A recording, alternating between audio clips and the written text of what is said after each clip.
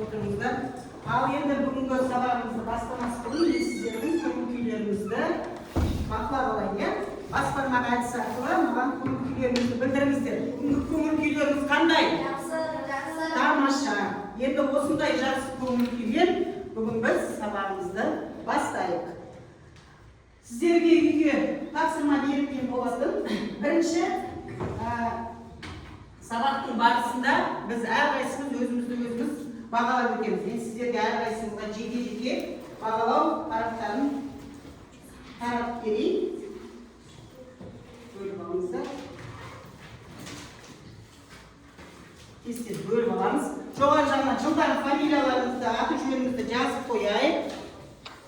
Қарасаңыздар, үй тапсырмасына 8 балл, яғни үйге 8 есептелген, дұрыс болған жағдайда 8 балл аласыздар.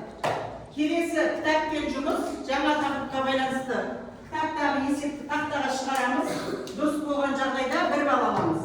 Одан кейін келесі жұптық жұмыс, олда да кітаптағы тапсырма, бірақ жұппен орындаймыз. Келесі топтық жұмыс, топпен орындаймыз, және жеке жұмысқа 5 балл беріледі, яғни жеке орындайтын тапсырма болады. Енді олай болатын болса, көшімді тексер әдісімен жылдан бір-біріміздің дәптерімізді ауыстыра қойып, жылдан тексеріп шығамыз. Тақтада үй тапсырмасының дұрыс жауаптары көрсетілген. Кәнекей тексеріп шығамыз дәптерлерімізді. Есеп дұрыс болса 5 балл, сөз есеп дұрыс болса 4 балл. Әрқайсымыз өз аты-жөнімізді жазып қойдық, бағалау парағы. Еске түсіру үшін миға шабу әдісі арқылы барабандағы сұрақтарға барабанда айналдыру арқылы жауап береміз. Кәнекей кім шығам дейді? Келе ғой. Жайлап айналдырамыз. Қай бағыты қай сұраққа түседі, сол сұраққа жауап береміз. Ала ғой, жылдамдар. Ақаш шетіне тұрып. Ондық бөлшек дегеніміз не? Ондық бөлшек дегеніміз не? Ондық бөлшек дегеніміз бөлшек бөліктен және бүтін бөліктен тұратын сан. Бүтін бөліктен тұратын бөлшекті ондық бөлшек деп айтамыз. Немен ажыратылады? Үтірмен. Бүтін бөлік және бөлшектен кәнекей кесесіз. Келдіресі ойды. Дұрыс бөлшек дегеніміз не? Дұрыс бөлшек дегеніміз бөлімі үлкен болатын, алымы кіші болатын. Дұрыс бөлшек, иә? Дұрыс.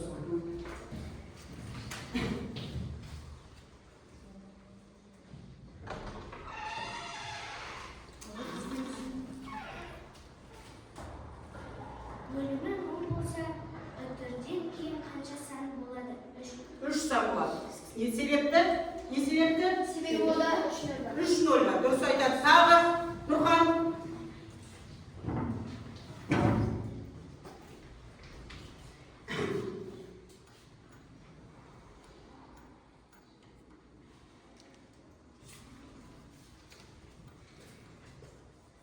Ұрыс бөлшек дегеніміз не? Ұрыс бөлшек дегеніміз алымы үлкен, бөлімі кішкентай болатын санды ұрыс бөлшек дейміз. Алымы бөліміне. Бұл яғни сіздерде миға шабу, бұған ешқандай балл қоспаймыз, иә? Шатасып кетпеңіздер, бағалау парағын белгілеген кезде. Әкелді.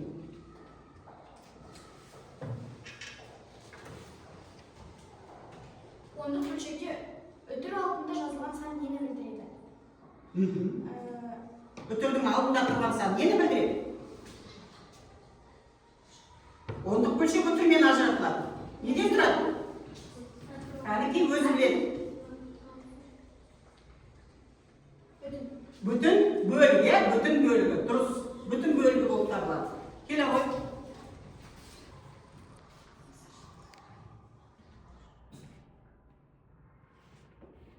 Біреуін ала берейін, иә?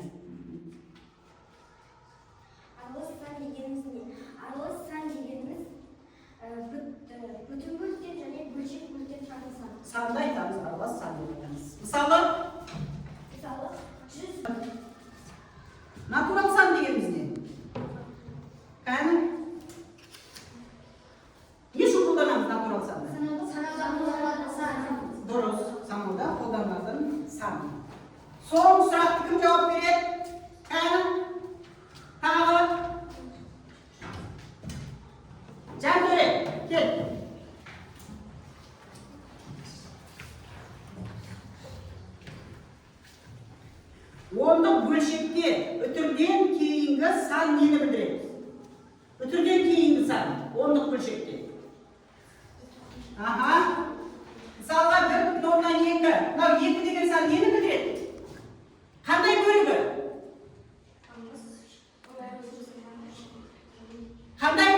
Nuriman?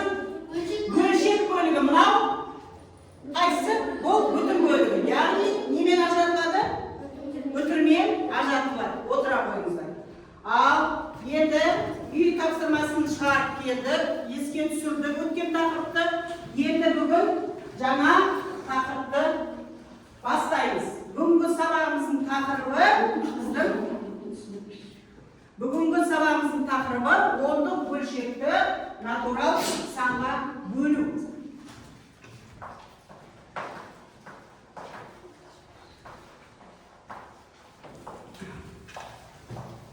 Ондық бөлшекті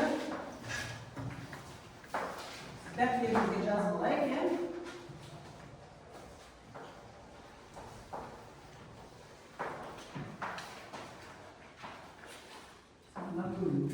Ал олай болса, кәнекей дәптерімізге бүгінгі күнді жазып, тақтаға назар аударамыз. Бүгінгі сабағымыздың мақсаты ондық бөлшекті натурал санға бөлуді орындау. Олай болса, тақтадағы сабақты түсіндіру видеосын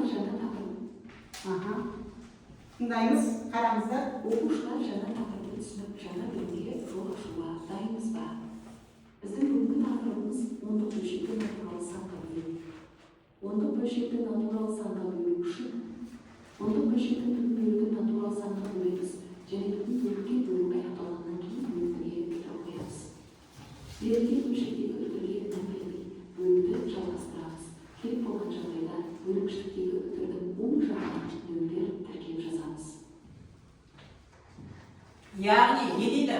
Ондық бөлшекті натурал санға бөлу үшін үтірге назар аудармай, ондық бөлшекті осы натурал санға бөліп алуымыз керек. Бүтін бөлікті бөлу аяқталғанда бөлінді де үтір арқылы ажыратады екенбіз. Енді мысалы, мына жерде мысал көрсетіліп тұр. 19,2-ні 8-ге бөлеміз. Яғни бүтін бөлігі қанша? 19. 19-ды 8-ге бөліп аламыз. Қаншадан береміз? 2-ден береміз. 2-ге 8-ді көбейткенде 16 бар. 16. Яғни бүтін бөлігі аяқталды. Не істейміз? Үтір қоямыз. Енді 19-дан 16-ны алғанда қанша болады? 3 болады. 3. Үтірден кейінгі бөлшек бөлікке тұрған 2 деген санды түсіреміз. 32. 32-ді нешеге бөлеміз? 8-ге бөлеміз. Қаншадан береміз? 4-ге береміз. Сонда қанша болады? 32 болады. 32-ден 18-ні алғанда қанша болады? 0 болады. Келесі есепке қараймыз. 2,188-ді бөлеміз 4-ге. Бүтін бөлігі қаншаға тең? 2-ге тең. 2 4-тен қандай болып тұр? Кіші болып тұр, иә? 2 4-тен кіші болып тұр. Ондай жағдайда бүтін бөлігі қанша болады? 0 болады. Бұрыштап көрген кезде қараймыз, бүтін бөлігі 2-ге тең. Бөліп тұрған санымыз 4. 4-іміз үлкен болып тұр. Олай қылатын болса, не істейміз? Бүтін бөлікке 0 жазамыз. 4 0-ге көбейткен кезде қанша болады? 0 болады. 2. Қасына 8-ді түсіреміз. 28-ді 4-ге бөлеміз. 7-ден береміз. Қанша болады? 28. 0 болады. Не істейміз? 8-ді түсіреміз. 8-ді 4-ге бөлеміз. 2 болады. Сонда 2,188-ді 4-ге бөлгенде қанша болады? 177. Түсінікті ма? Бұл қандай жағдайда? Егер бүтін бөлігі бөліп тұрған саннан кіші болған жағдайда бүтін бөлігіне қаншасын нені береміз?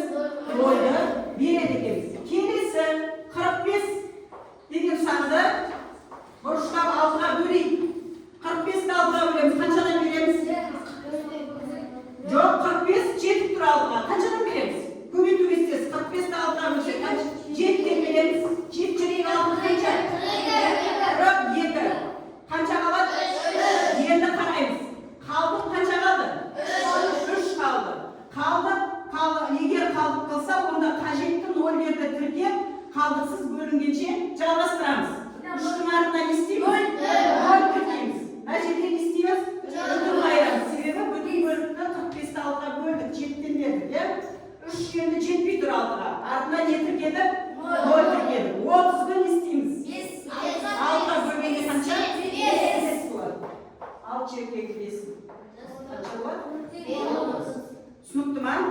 яғни ондық бөлшекті натурал санға бөлетін кезде өтірге мән бермей ондық бөлшекті осы натурал санға бөліп аламыз. Бүтін бөлу аяқталған, бүтін бөлікті бөлу аяқталған кезде не істейміз? Бөлді де өтір қояды екеміз. Олай болса, бүгінгі сабақ түсінікті ме сіздерге? Сонымен қандай тақырып өттік қазір? Енді дәптерлеріңізді ашыңыздар, кітаппен, тақтамен жұмыс жасаймыз. 686 есеп. 86 есеп. Тақтаға келе ғой. Кел. Қанша шоқышы ма? Шоқышы беріңіз. Келіңіздер. Шоқышы берейік. Біріншісі, екіншісі, үшіншісі келіңіз. Қалғандарымыз тақтадан егер де есептеріміз дұрыс шықса, бір балл аласыздар. Тақтадан бұрын орындаған оқушыға бағаланады. Бағалау парақтарына бағалауды ұмытып кетпейміз.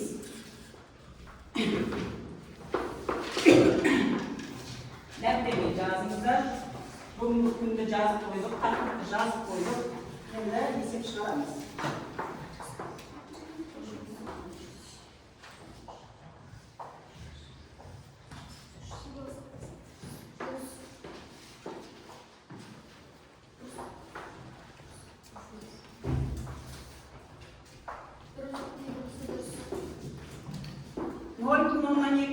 Дұрыс па?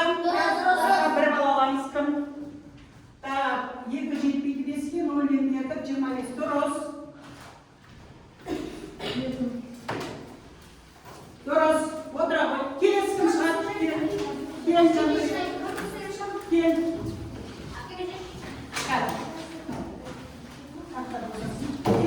Жазып үйренеміз. Дұрыс шығарған оқушылар бір балдарыңызды алып қойып жазып қойыңыздар. Бағалау парақтарыңызға.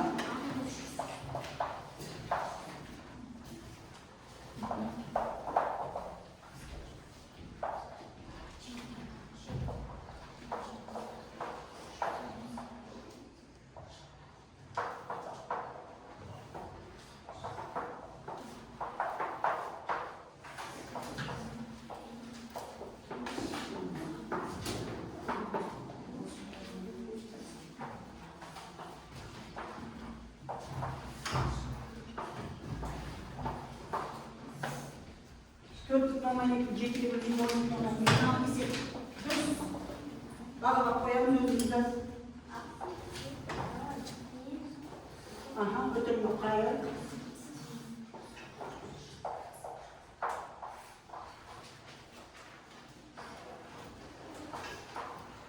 Қанша оқышы аяғы? 100-ден 5. Кім шықпады? Кел.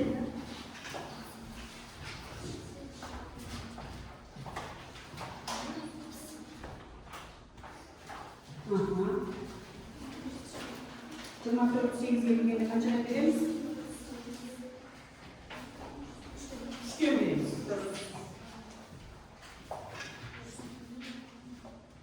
Жаза ғой.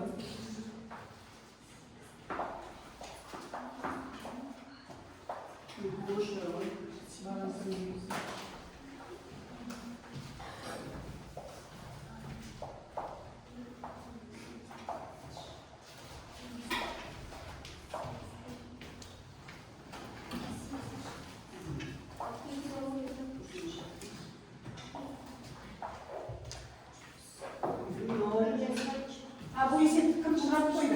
Kelisi çıkarıp. 8'i çıkarırsın. Kım çıkarıp koydu. Can böyle çıkarıp. 8'de gelin afakta koyalım. Yok 8'imiz 9 çıkarıp. 9.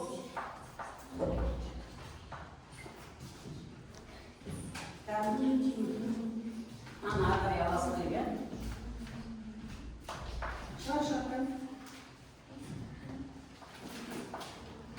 Aha, 0. Bütün 4'e жетпейді, 0'ден береміз дұрыс. 0 ya.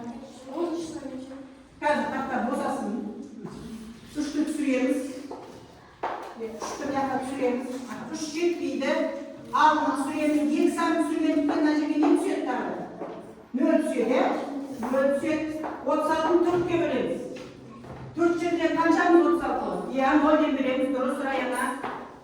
Gol bulat 6 gol göbekten azaytağımız. Ya. 4 süremiz. 4 yetmeydi aldılar. 2 santim kadar sürdük. Yemeğimiz neydi? Doğru.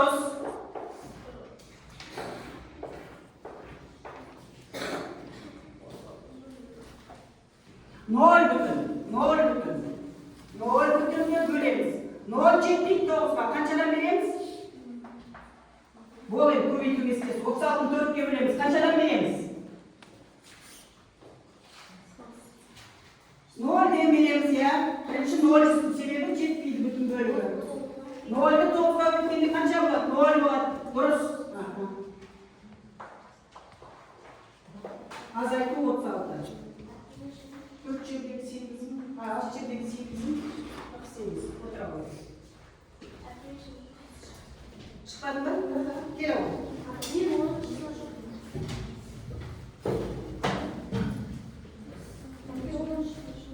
Aha, kolyeleri tuturuz. Al bunu sürüyordu. 6 çevrek var doğrusu. Şimdi 74 sürüyoruz. 7 santim kadar sürüyor. Tükenleri ne koyarız? Ne koyarız? Ötürü kayır balamız. Ya. 7.63'te 9'a bölüyordu. 9 cebeye kaçan kalmış.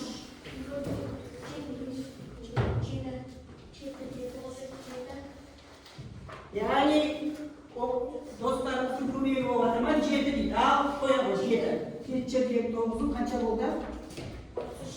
63. Bunda cezamız. Tamam sana ceza koyayım. İyi ya. Birinci bir demir balamız. Ya, bir demir balamız. Bir demir ya. Şimdi birim, ölçtürüz, azaytmamız. Nol, azar. Ana uçluk süremiz. Azaytmamız kaça olur?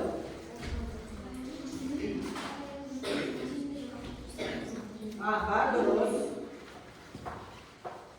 Bütün bölümü ayak kaldı. İsteğimiz doğru. Ne yapıyorsun? Gel.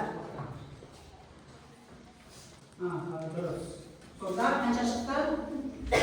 O bölüm. Ona bir çıktı mı?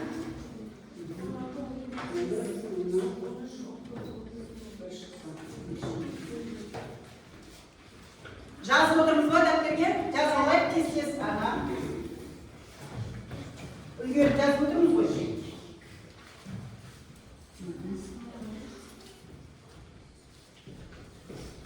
Uyuyor caz motorumuz.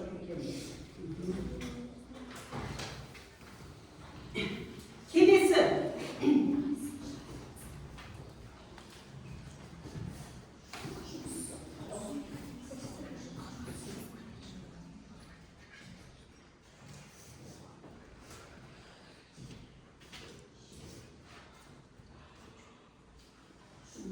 Ayağı 687 birinci sınıfları, ayağı 70 sınıfları. Dertleri oradayız. Kim? Balosaya. Aja, üçüncü sınıfında oy. Dertleri orada veriyoruz. Havanımız cazbalamız. Şundan da dertleri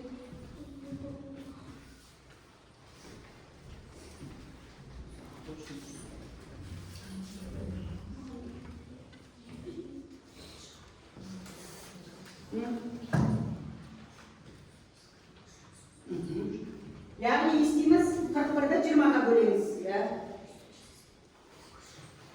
63'te 40'a böleriz. Yani cay düşük türlüğe verildi. Kaça çıktı sonra? 2 bütün 20'da bir droz. 63'te 40'a böleriz. Droz. 23'te 20 eski böleriz. Böyle oluyor. Bakantımda böleriz. Takdirimiz gerek olmasa canavar. Kaçadan veririz? Bir veririz duruz. Aha. 23'te 20 eski böleriz. 23-ге ма 25-ге? Жетпізде 0 бүтіннен беріңіз, сөйтіп.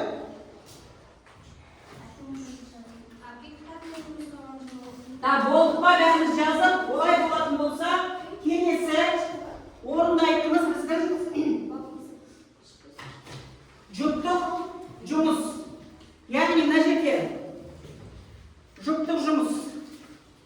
Мына екеуімізге, мынау екеуімізге, мынау екеуімізге. Кім аяғы, кімнің басына келе қал? Мынау екеуімізге, мынау екеуімізге. Тапсырманы орындаймыз. Мынау екеуімізге, және мынау екеуімізге.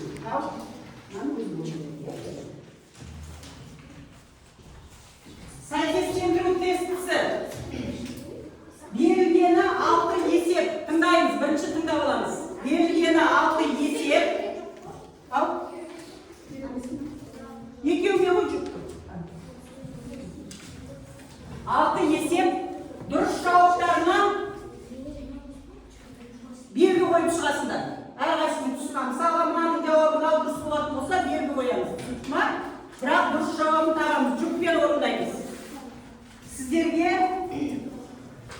5 минут уақыт беріледі. Жүкпен орындаймыз. Әр дұрыс жауапқа 1 балдан. Яғни 6 есеп шығарсақ, 6 балл беріледі.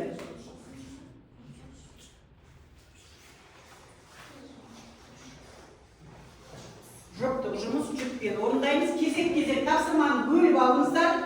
Жылдам орындау үшін. Кәмпи.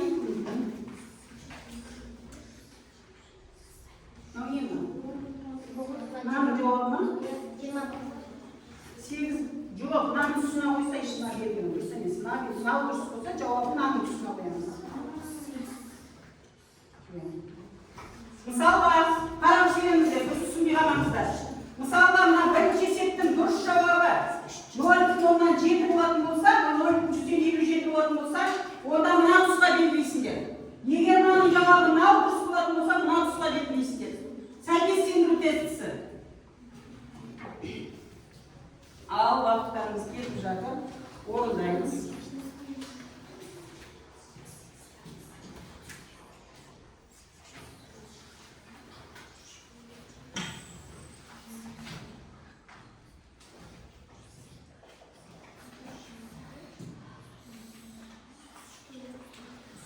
Belki cükke.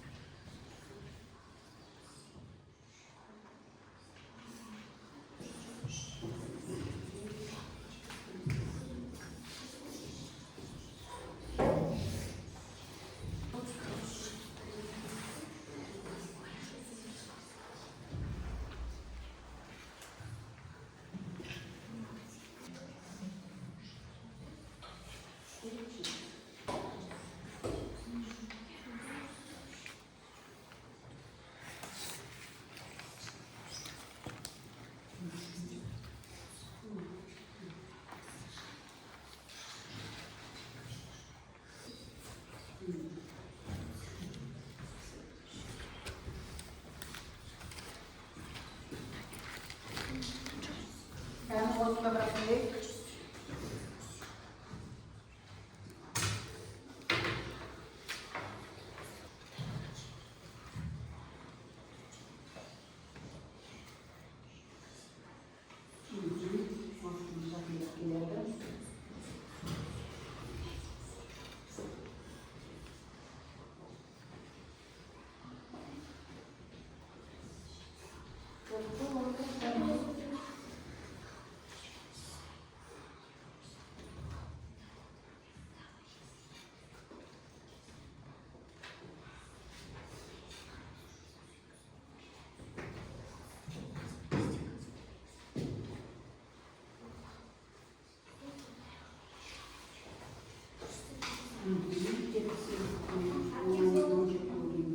Yani birinci top oldu. Ayaktayız. Kalanımızda ayaktayız. Oldu ba? Duruz. Ters teksiriyemiz verimiz. Verimiz bir ayaktayız. Аяқтаймыз барлығымыз кәдімгі. Тексереміз қазір.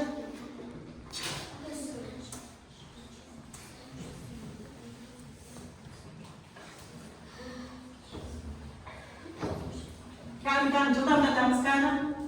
6 минут уақыт беремін, болыңыздар. Аяқтаймыз, уақыттан асырмаймыз.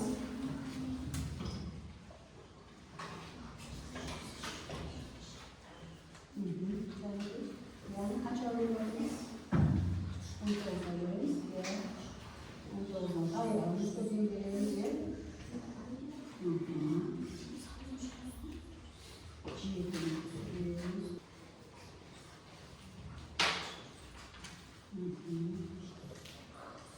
19 жылдан жолын таңдауға болады. 76-19-ға бөлеміз, сонда қанша болады ке? Қайсы?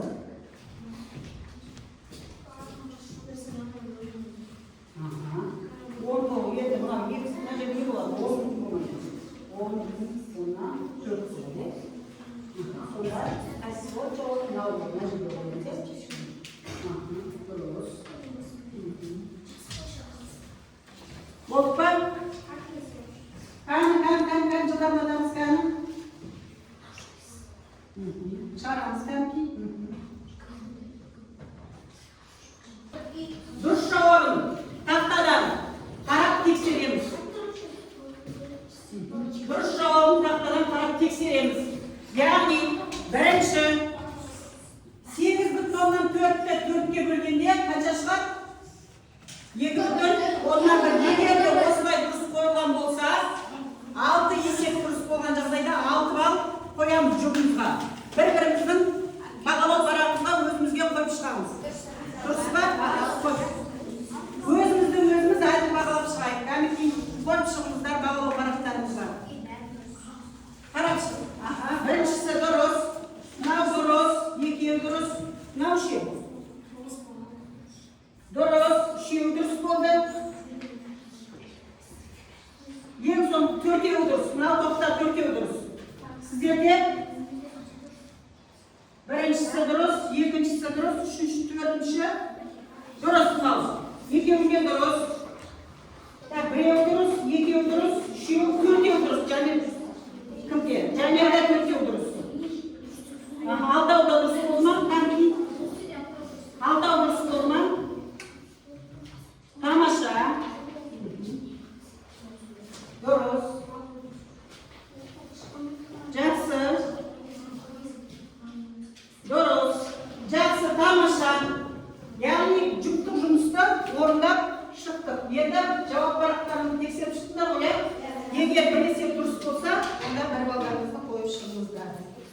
Келесі, енді оқушылар топтық жұмыс орындаймыз. Топтық жұмысты орындамас бұрын бірінші біз топқа бөлініп алуымыз қажет.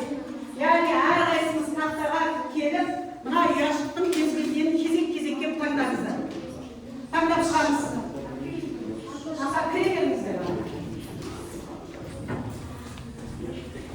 Ұяшық таңдаймыз. Әркім өз тобына барып отырады. Кімдер қай топ шығады? Риман, отыр болып, сен өзіңді таңдап қойдың.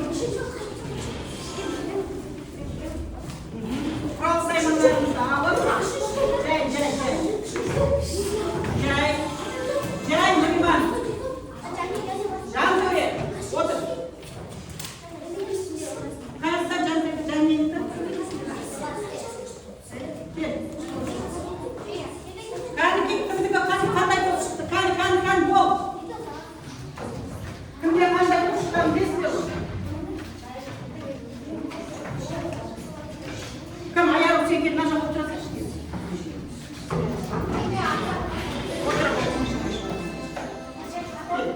Отыр. Кім? Гүлмажан қайдасың сен? Бірінші болып қой, отырамыз кәдімгі. Мына жерге отыра кеткен. Жылдан, кәдімгі қыздар. Енді сіздерге әр топқа шығармашылық тапсырма. Оған сіздерге beriladi. Ya'ni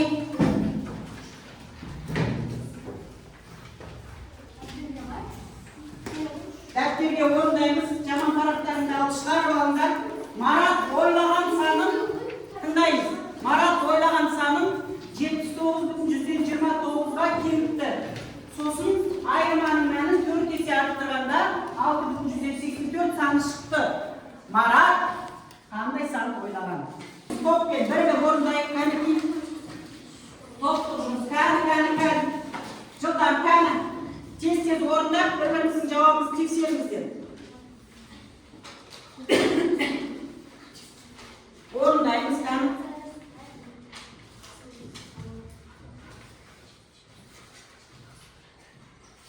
Neriman o'rnaymiz, qaraymiz, chiqaramiz daftarga paraqdan.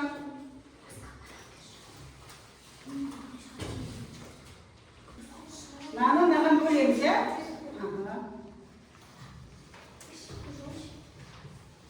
Жазып аламыз тез.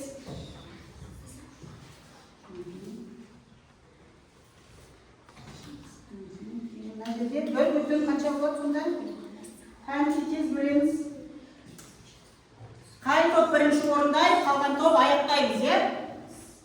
Топтың ережесі сондай. Сол үшін жылдам орындауға дұрыс келеді. Дұрыс Гүлмаржан. Azaytın olmasına, birbirine azaytın. Azaytınlar, kim bildirektir o ya? Doğru. Tez, buyuralım, sessizden buyuralım. 6.184 buyurun. Ne buyurun? Olabilir. Ya?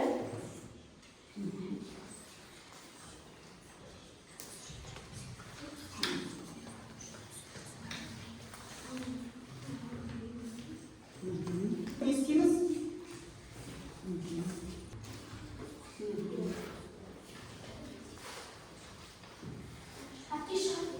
Tamam. Tamam aşağı. Şu toğurunda da. Kan durmuş. Oya var. Çok değil. Şurada. Kaça boy? Qancha chiqdi? Birinchi top 81 chiqdi. Durustmi? 81 chiqdi. Shu 7-chi top qana? Chiqarmadik bilan. Qaniki durust kelib жатырмыз, ham. Vaqtimiz oyoqtaldi. Durust javob qarangizlar. Ya'ni birinchi durustmi? Tamasha durust. Durust birinchi topga 3-chi top durust o'rnadi. 7-chi top o'rtasida Neyzadan шығады, ya? Yani konuşuyor, bir balмен bağlap koyumuzda. Oturabiliriz, herkesin gördüğünüz otur. Енді келесі, жеке жұмыс, тақтада жеке жұмыс шығарылып, телефондарымызды жылдам іске қосып, мынау QR арқылы тапсырманы аламыз. Орындауға 3 минут уақыт берген. Жылдам тапсырманы аламыз. Gel Canya, ala koy tapsırmanı. Qani. Oturamızda orundayız. Jeke жұмыс. Yani 5 tapsırma, 5 bal geldi. Ne yaptınız qani?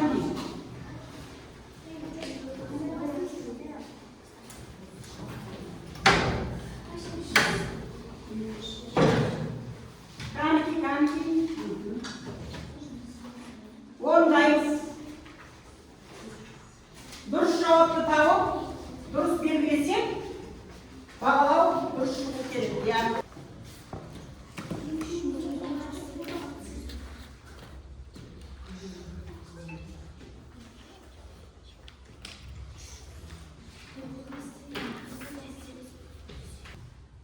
Орындап жатырмыз ба? Орындаймыз. Егер біреуіміз орындап қойсақ, келесі оқушыға жылдам телефонымызды ауыстыра алайықшы. Кімдікі болмай жатыр. Қане жылдам аяғын. Гүлмаржан. Кім бітіп қойды? Бітіп қойған оқушы болса, телефон ауысайық.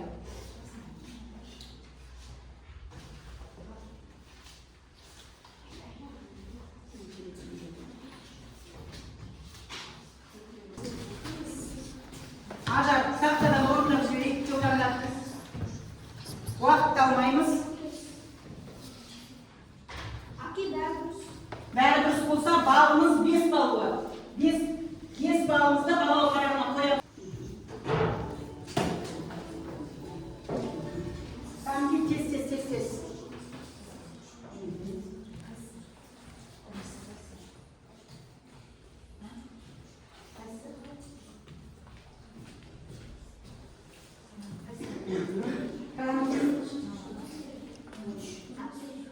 Қанша шықты? 5 балл. Жалпы бағалау параңызға қоямыз өзіміздің 5 баллымызды. Бүгінгі тапсырмаларымыз орындалып болғандарымыз өзіміздің ұпайымызды қоса береміз. Қанша дұрыс болды сонда? Біреу дұрыс болды. Кәдімгі қой бағалау парағына біреу дұрыс болды. Кәні. Жылдан кәні.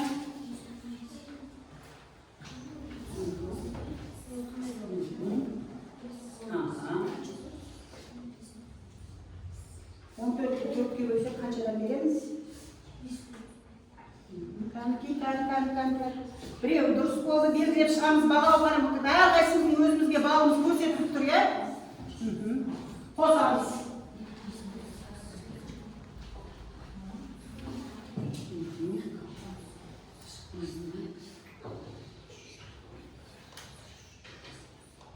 Кәм, жылдам аяқтаймыз. Тез. Жылдам орындалатын тапсырма. Кәмки болыңыздар. Аяқтаймыз, кәмі. Белгілен 3 балл. Жылдам. Шар. Қой. Тез, иә? Қой, шық, тез. Иә. Қой, тез. Кәні, дұрыс. Кәні. Қанша болды? Отправить ответы. Қой, шық, жоқ, иә? Кәнки. Иә, қоямыз. Дұрыс па?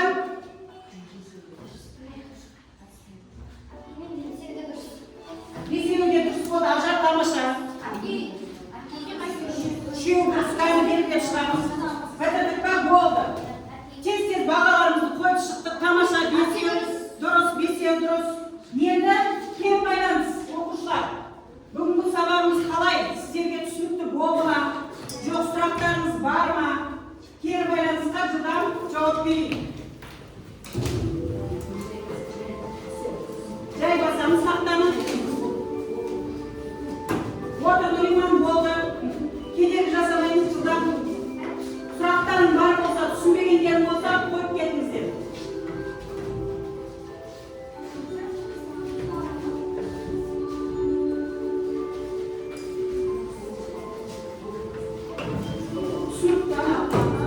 Түсінікті дегеннің үстіне бастады.